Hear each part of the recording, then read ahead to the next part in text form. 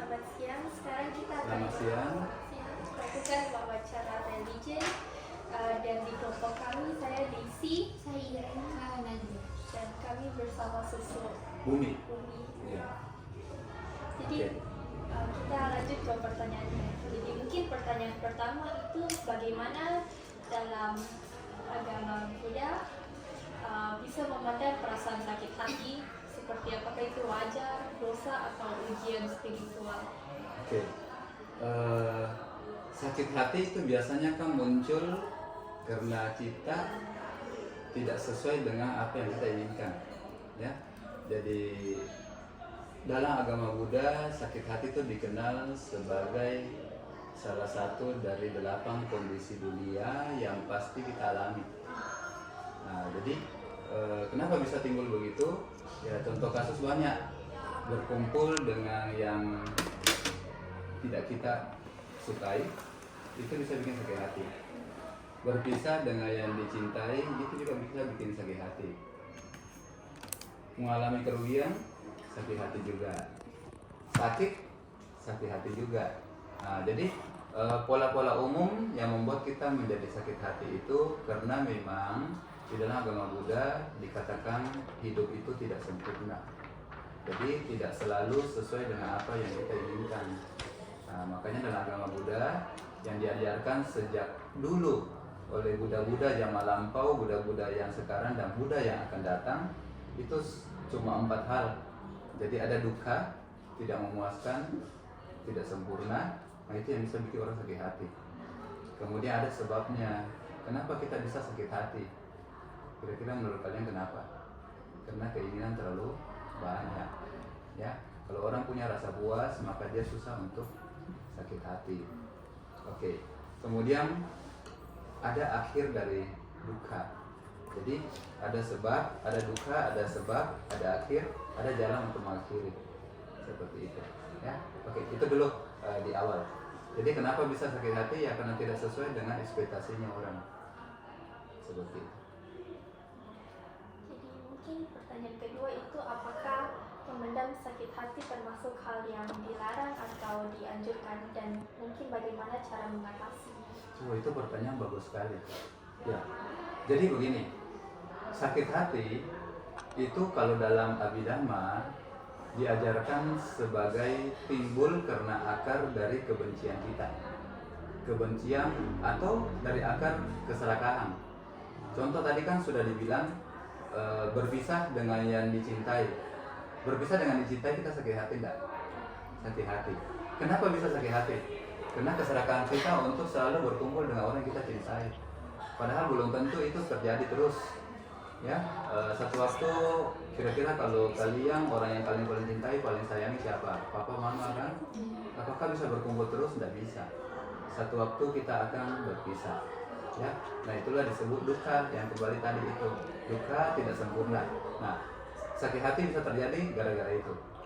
Bisa juga kita berkumpul dengan orang yang dibenci.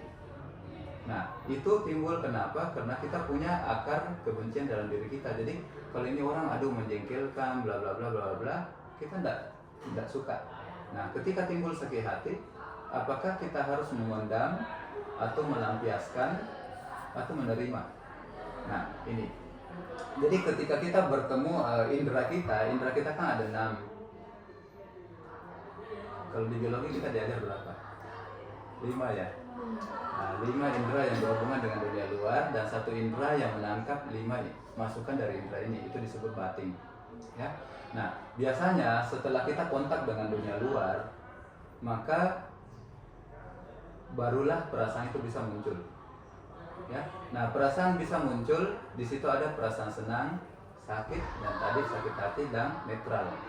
Nah, kapan bisa muncul sakit hati? Kalau indera kita menangkap sesuatu objek yang tidak sesuai ekspektasinya kita. Nah, bagaimana respon kita? Respon kita itu adalah bagaimana kita menanggapi ketika objek-objek ini muncul di luar ekspektasinya kita. Nah, jadi kalau sekarang kita sakit hati bisa kita kendalikan enggak? Nggak bisa. Begitu bertemu dengan objek yang menyenangkan, kita pasti berusaha untuk merenggut, mengumpul. Tapi karena dia tidak kekal, kita sakit hati. Bisa kita atur? Tidak bisa. Itu di luar wewenangnya kita. Demikian pula ketika bertemu dengan 5 indera kita ini, bertemu dengan objek di luar yang tidak menyenangkan, apakah kita dimaki orang, apakah misalnya tiba-tiba kita kumpul begini terus ada yang kentut, kan bau. Bisa kita tolak? Tidak bisa. Dan bisa tidak kita bohongi diri kita bahwa harumnya tahu kentut? Tidak bisa. Otomatis kita pasti, ini akibat buruk, saya tidak suka, saya tolak. Sakit hati, sakit hati. Nah, bagaimana responnya kita? Di dalam Dhamma, respon itu yang paling penting. Kenapa? Karena kita bisa mengatur responnya kita. Ketika kita menolak, apakah kita menolak betul-betul dengan kebencian yang meluap-meluap? Atau ketika kita berpisah dengan orang yang kita cintai, itu betul-betul dengan sakit hati yang luar biasa. Artinya apa? Kalau kita tidak memahami bahwa secara alami dunia itu memang anicca, tidak kekal. Jadi konsep dalam Buddhis itu sebenarnya ada 3. Dukkha, tidak memuaskan. Biasa orang bilang penderitaan. Sampai agama Buddha dibilang ini agama pesimis. Padahal sebenarnya tidak. Cuma Buddha mengatakan bahwa kalau kalian bisa melihat dukkha tidak sempurna, baru orang mau berjuang. Ya. Yang kedua ini anicca, tidak kekal. Jadi ada 3 corak dalam agama Buddha, dukkha, anicca, sama anatta. Nah, anicca itu tidak kekal. Nah, kalau kita bisa melihat 3 ini, maka kita bisa menerima segala sesuatu secara alami. Artinya apa? Pada saat kita berpisah dengan orang yang kita sayangi, kita sedih, tapi bisa move on. Kenapa? Kita paham bahwa memang kita akan berpisah. Ketika kita berkumpul dengan orang yang kita benci, dan itu setiap hari menjengkelkan kita, ya kalian ketemu di kuliah kah, atau dosennya jelek, atau apa, tukang parkirnya, atau satpamnya menjengkelkan, apa boleh buat? Dalam Dhamma kita disebut kita menerima wipaka kita sendiri, akibat dari perbuatan buruk kita sendiri. Artinya apa? Kita bisa ketemu orang menjengkelkan itu 1000 kali dalam 1 hari, tapi teman kita tidak. Begitu, ya. Nah, sehingga ketika kita mau merespon, kita harus paham bahwa semua makhluk mewarisi karmanya masing-masing. Artinya ketika hal-hal buruk terjadi kepada kita, terimalah. Kemudian responlah dengan bijaksana. Kalau kita merespon dengan tidak bijaksana, kita pendam sebagai kekecewaan, sakit hati, itu akan menjadi luka batin yang kelak akan membuat kita rugi kedua kalinya. Jadi kita sudah rugi kena masalah-masalah buruk, kita sudah menderita, kita respon lagi hal-hal buruk.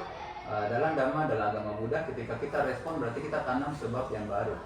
Nah, ketika kita tanam sebab yang baru, siap-siap kita akan terima lagi kelak di saat yang akan datang. Saat yang akan datang bisa 1 menit kemudian, 1 detik kemudian, 1 tahun kemudian, atau 1 kelahiran berikutnya, dan seterusnya. Begitu. Ya. Mungkin pertanyaan selanjutnya itu, apakah ada proses yang mengajarkan proses penyembuhan dari sakit hati, luka batin, atau kegiatan, mungkin selain yang dari tadi yang harus menerima dulu? Ya, jadi pertama sebagai umat Buddha, kita harus memahami bahwa semua makhluk mewarisi karmanya masing-masing. Artinya apa? Kalau bukan karmamu, kamu tidak akan terima. Ya, artinya apa lagi? Jadi kalau saya harus menerima akibat perbuatan buruk begitu sampai saya sakit hati, kita harus pahami bahwa itu akibat dari perbuatan buruk saya yang lampau. Bukan karena kita dicoba oleh makhluk adikodrati, bukan. Bukan karena kita lagi dilihat apakah kita imannya kuat. Itu konsep di teman tetangga. Ya, tapi kalau dalam Buddhism, yaitu kita menerima karma buruk sesuai dengan apa yang kita telah lakukan di kehidupan lampau. Kehidupan lampau itu bisa 1 menit yang lalu. Contoh, kalian tadi sudah menunggu setengah jam. Kalau kalian masih tidak terima, janjinya janji buta, apa-apa semua, ya pasti kalian tidak senyum-senyum lah. Walaupun dalam hati kalian sebenarnya kalian bilang, mana? Tapi karena kebetulan kalian berharap, saya tetap menyampaikan, ya kalian mau tidak mau terima. Apa boleh buat, itu karma buruk untuk kalian, ya. Ya, jadi waktu kalian tersita hanya untuk menunggu, seperti itu. Selanjutnya mungkin, apakah dalam agama Buddha diwajibkan untuk melakukan pengampunan kepada orang yang menyakiti hati kita, bahkan jika mereka tidak menyesal?